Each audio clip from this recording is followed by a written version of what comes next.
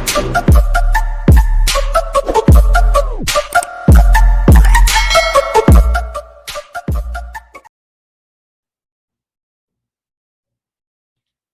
again, and welcome to our next topic for this module 4, the lesson 2, affective learning competencies. So earlier we have already discussed the taxonomy of the affective domain. Now we will have our discussion on the learning competencies. So affective desired learning competencies are often stated in the form of instructional objectives or the objectives that you are actually making in your lesson plans. So instructional objectives are specific, measurable, short-term, observable student behavior. So this is SMART. So the same with cognitive and psychomotor objectives. Affective learning competencies are also being measured or it was also being used as or we actually make sure that we do it with smart way. Objectives are the foundation upon which you can build lessons and assessments that you can prove meet your overall course or lesson goals. So these are actually being made, our competencies and objectives are being made to make sure that we are able to, measure and get the goals that we have in our lessons. Think of objectives as tools you use to make sure you reach your goals. They are the arrows you shoot towards your target. And also, the purpose of objectives is not to restrict spontaneity or constrain the vision of education in the discipline, but to ensure that learning is focused clearly enough that both students and teacher know what is going on. So learning can be objectively measured. So different archers have different styles. So do different teachers. Thus, you can shoot your arrows, objectives in many ways. So the important thing is that they reach your target. So it is actually the purpose of objective na we actually ensure that the learning of the student is focused enough to the learning competencies that we want to make sure that they are able to get the learning that we want them to have. So there are also different types of, like for example, there are different types of arrows. So in our end, we also have different types or strategies in writing an objective or writing a um, learning competency. So let's proceed.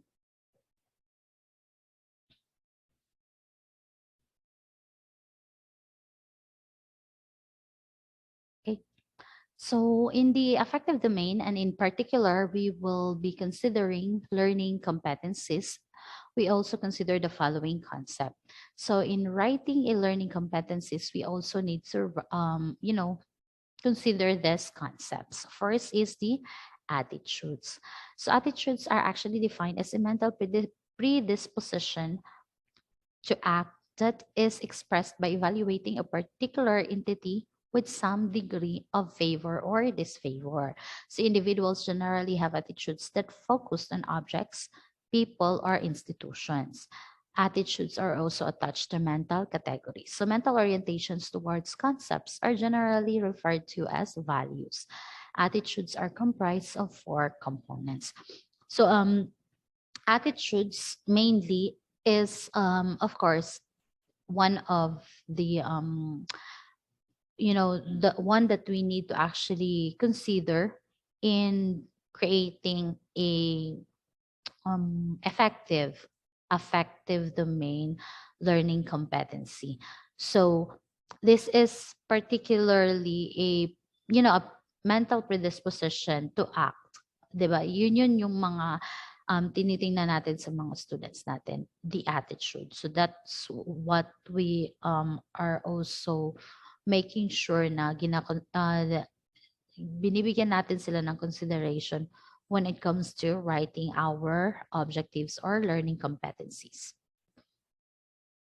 So it was actually being divided into four. categories. So first is cognition, second is affect, third is behavioral intentions, and last is evaluation. So in cognitions, beliefs, theories, expectancies, cause and effect, beliefs and perceptions relative to the focal object. So these are not the same as feelings. So cognitions are not the same with feelings. It is actually based on the beliefs, the theories, the expectancies. Sometimes it is the cause and effect of beliefs, and also it is the perception relative to the focal object. So the affect is this refers to our feelings with respect to the focal objects, such as fear, liking, or anger. And then the behavioral intentions, this is actually refers to goals, aspirations, and our expected response to the attitude of object. And then lastly is the evaluation. Evaluation, central component of attitudes. So it consists of the imputation of some degree of goodness or badness to an attitude object. This is the function of cognitive affect and behavioral intentions of the object. So this is the last component of attitude. Okay, so why do we need to study attitude, by the way? You might ask, Mom, why is it that when we create lesson plans, so why do we need to add affective domain objective? Why do we need to study attitudes? So these are actually answered by this. First, attitude can influence the way we act and think in the social communities. So it is important that we study this one because in that way, if ever, for example, the attitude of the student is not really that appropriate, then on their early years, at least we already know how to handle them. We already know how to develop them into a better person if we study their attitude. Next is can function, attitude also can function as frameworks and references for forming conclusions and interpreting or acting for or against an individual. So this is also it. There are many instances, like in a real life scenario, that there are things happening or bad happenings, bad news happenings on our community because we lack to check or study the attitude of a person. Sometimes this actually have a conclusion of like hurting someone, which is totally not really a good thing. So in this part, while they're still studying, at least in that way, we can help their families, their parents, in producing a better person, 'di ba? So, sa school pa lang dapat at least meron na tayong natutulong sa mga bata. Kasi there are instances naman din na parents could not actually help them, developing their attitudes. Because sometimes, especially for those parents na sobrang busy, don't judge them. We could not really judge them na wala silang pakialam sa mga anak nila. It's just that there are instances na kailangan talaga nilang mag-work. That's why they are not able to, give their all in developing their children. So we as teachers would also need to, help them in doing so. So in the affective domain, and the second one is the motivation. So earlier we discussed the affective domain, which is the um, attitude. This time, let's go ahead and proceed with the motivation. So, a motivation is a reason or set of reasons for engaging in a particular behavior, especially human behavior, as studied in psychology and neuropsychology. So, according to Ginn, 1995, motivation refers to the initiation, direction, intensity, and persistence of human behavior. So, motivation, this is actually like a reason for a person to do something. Like for example, If the students are not yet or not motivated enough to participate in your class, then there's an instance that that particular student will have lower grades. So it is important that before creating a learning competencies, make sure that that particular learning competencies that you are creating would touch down the motivation of the student, or they will become motivated.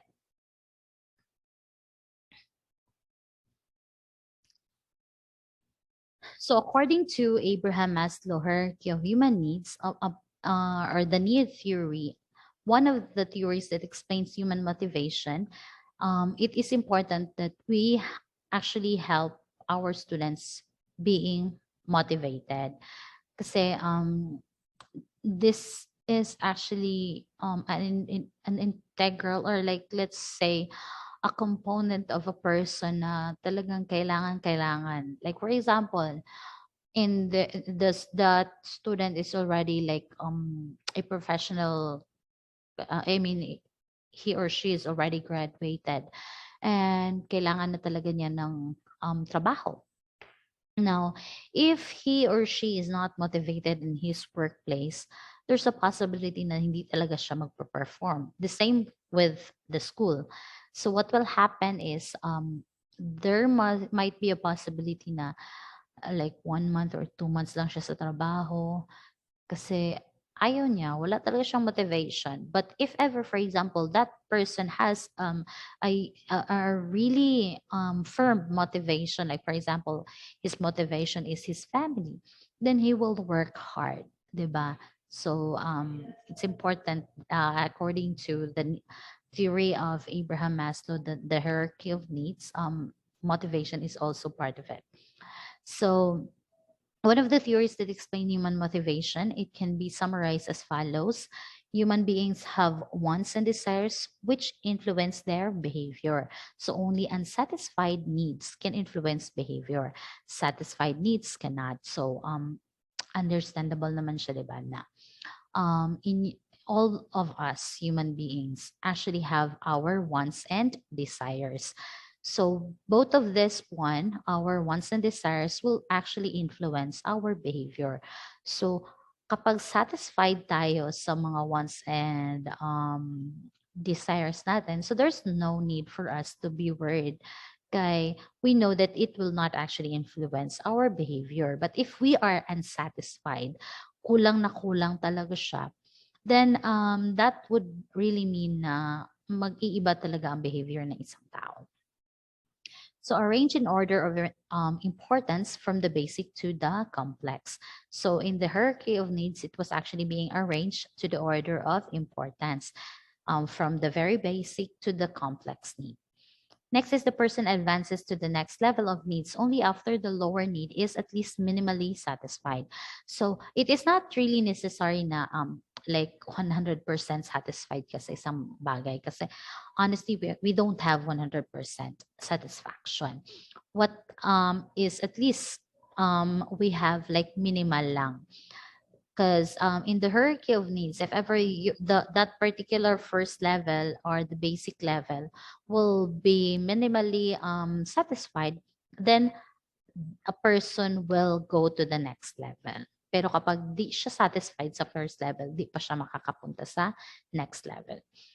Next is to further the progress of the hierarchy, the more individuality, humanist, and psychological health a person will show. So every time na nag-aangat siya in his or her level, then a person is already, individually, I mean, it has individuality na, it is also like psychological healthy person.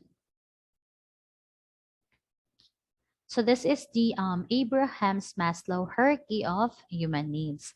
So as you can see here, um, the first level here, or the basic needs level, is the physiological needs and safety needs. Physiological needs, these are actually our food, our water, warmth, rest, and clothing.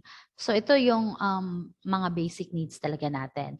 And then the second level is the safety needs. It's our security and safety.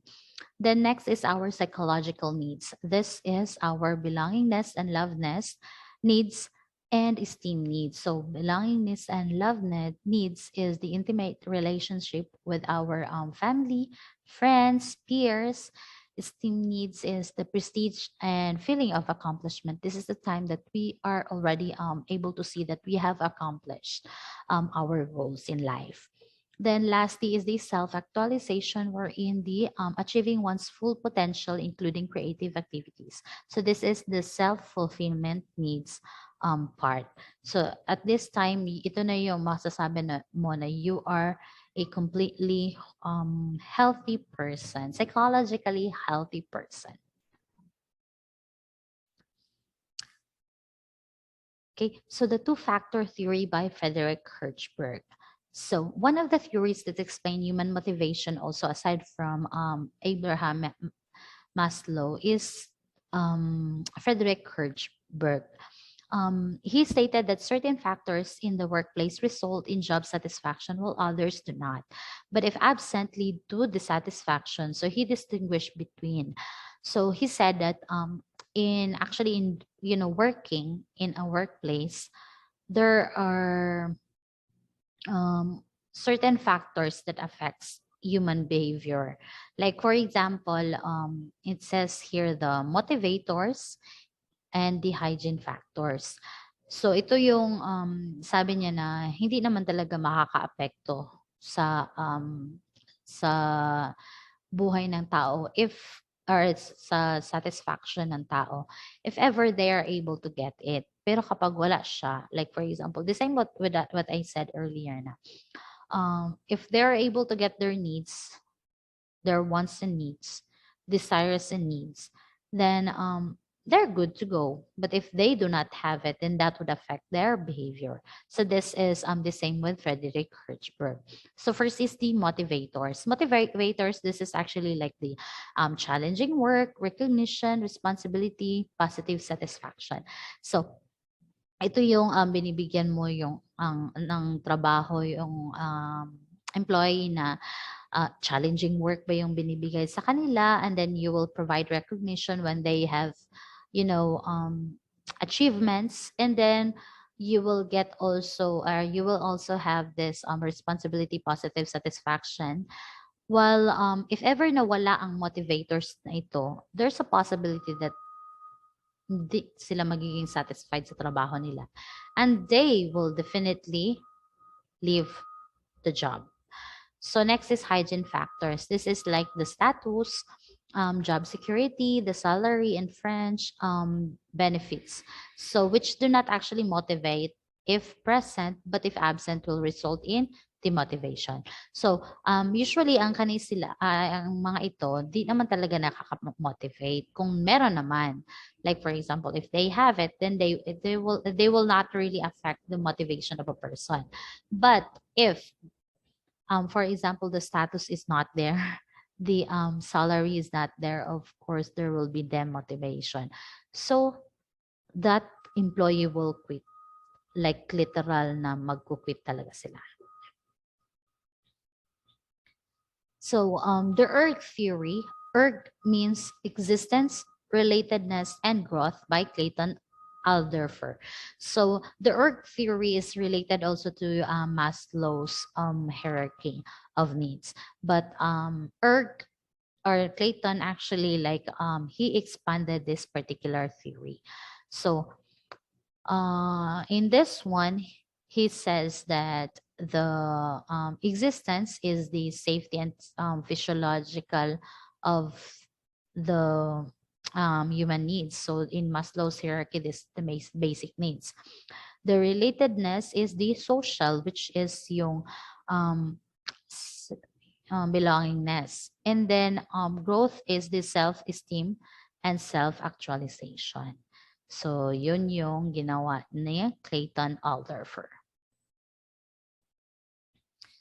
Okay, and the next is the self-efficacy. Self-efficacy is an impression that one is capable of performing in a certain manner or attaining certain goals. It is believed that one has the capabilities to execute the course of actions required to manage prospective situations. So self-efficacy, ito yung time na the student will be able to see, tell themselves na I am capable of doing something. Yung ganon, yung they know that they are able to perform. So, in this particular affective domain or concept, so this is also what we need to, tap down. Because if we tap this, then we are sure that our students will have, self-confident in performing their tasks.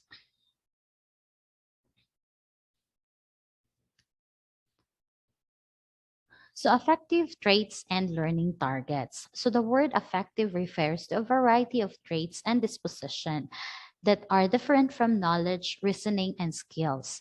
So this term means the emotions or feelings that one has towards someone or something. Shown in the table below are the different affective traits and its corresponding description. So the word affective actually refers to a lot or a variety of traits. So ito yung makikita natin dito.